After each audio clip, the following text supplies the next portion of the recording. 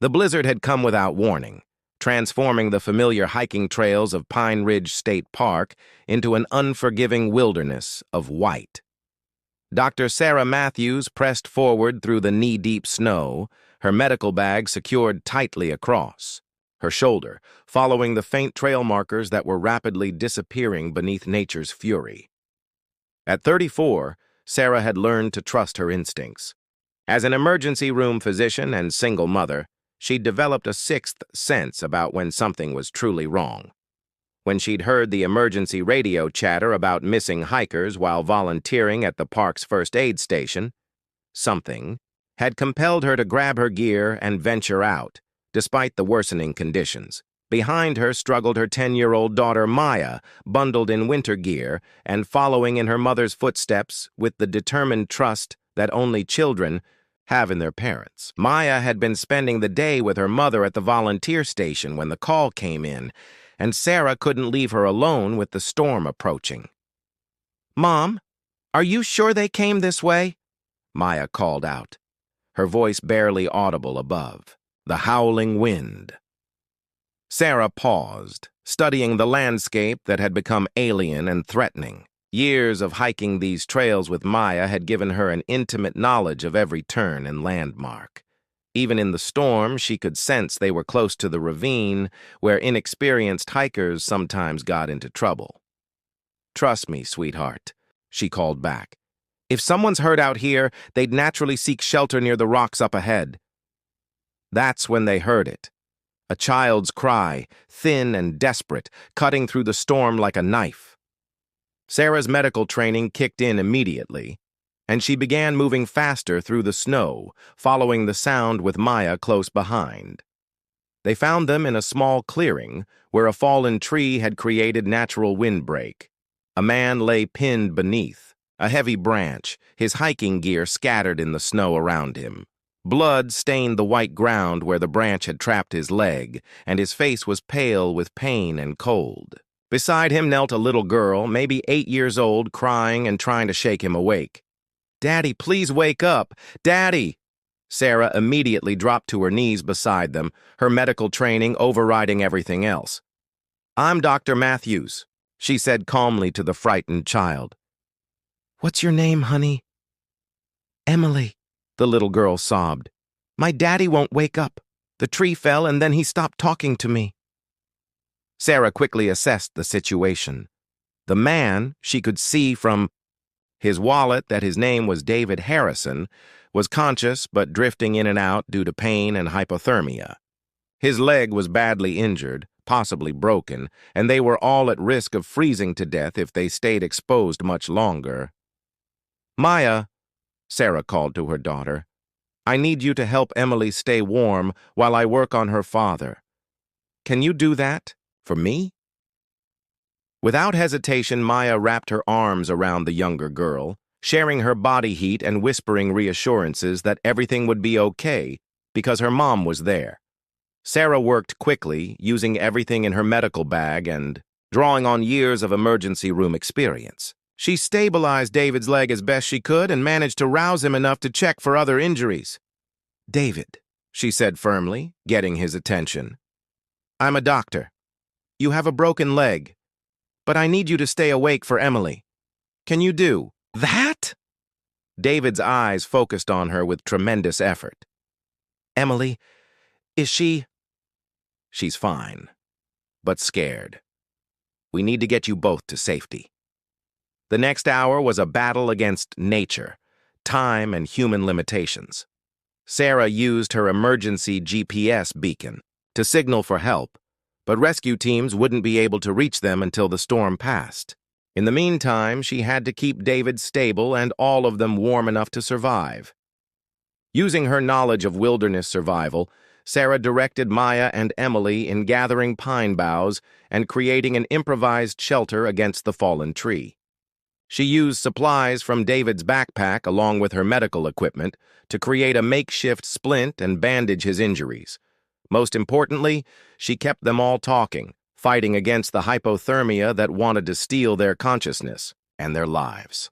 "Tell me about Emily," she said to David as she worked. "What's her favorite thing to do?" David's voice was weak but steady. She loves to paint. Watercolors. Says she wants to paint pictures of all the places we hiked together.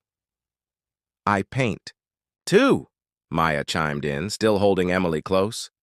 Maybe we can paint together sometime. Emily managed a small smile through her tears. Would you really want to? As the storm raged around their small shelter, something beautiful began to happen. Despite the danger and pain, the four strangers began to form a bond forged in shared vulnerability and mutual care. Sarah learned that David was a widower, raising Emily alone since her mother died in a car accident 2 years earlier. He worked as an architect, but had been struggling with depression and financial difficulties since his wife's death. David, even through his pain, recognized the extraordinary courage and competence of the woman who had risked her own life to save them. Sarah's calm strength and the way she'd included both girls in the rescue effort, making them feel useful rather than just victims, spoke to a character he rarely encountered. When rescue teams finally reached them 3 hours later, they found 4 people who had somehow created warmth and hope in the middle of a life-threatening crisis. David was immediately airlifted to the hospital, but not before gripping Sarah's hand with desperate gratitude. I don't know how to thank you, he whispered. You saved our lives. Just focus on getting better, Sarah replied. Emily needs her. Daddy. The recovery took months. David's leg required multiple surgeries, and the medical bills began piling up despite his insurance. Sarah visited regularly, both as a follow-up physician and as someone who'd shared an extraordinary experience with them. Maya and Emily had become fast friends, and their playdates gave David and Sarah opportunities to talk about more than just medical recovery. Sarah learned that David's architectural firm was struggling, and the time off for recovery had put them in serious financial jeopardy. Despite her own challenges as a single mother working long shifts at the hospital, Sarah found herself wanting to help in ways that went beyond medicine. I've been thinking, David said one afternoon as they watched the girls paint together in his living room, about what happened in that storm, about how you risked everything for strangers. Any decent person would have done the same, Sarah replied. David shook his head slowly. No, they wouldn't have. Most people would have waited for professional rescue teams. You went out into a blizzard because you heard someone needed help. That's not just decency, that's courage. Over the following months, their friendship deepened into something neither had expected. David's gratitude evolved into genuine admiration and love for Sarah's strength, compassion, and the way she'd raised Maya to be confident and caring. Sarah found herself drawn to David's quiet determination, his devotion to Emily, and his slow but steady recovery of hope. 1 year after the blizzard, David made a decision that surprised everyone, including himself. Using a small inheritance from his late wife's estate, money he'd been saving for Emily's college fund, he opened a scholarship foundation for children of single parents pursuing careers in medicine and emergency services. Sarah saved my life, he explained to the local newspaper covering the foundation launch. But more than that, she showed me what real heroism looks like. It's not dramatic gestures. It's someone who sees a need and steps forward, regardless of the cost to themselves. The Sarah Matthews Emergency Heroes Scholarship would go on to help dozens of young people pursue careers in medicine, emergency services, and community support. But for Sarah, the greatest gift wasn't the recognition or even the scholarship bearing her name.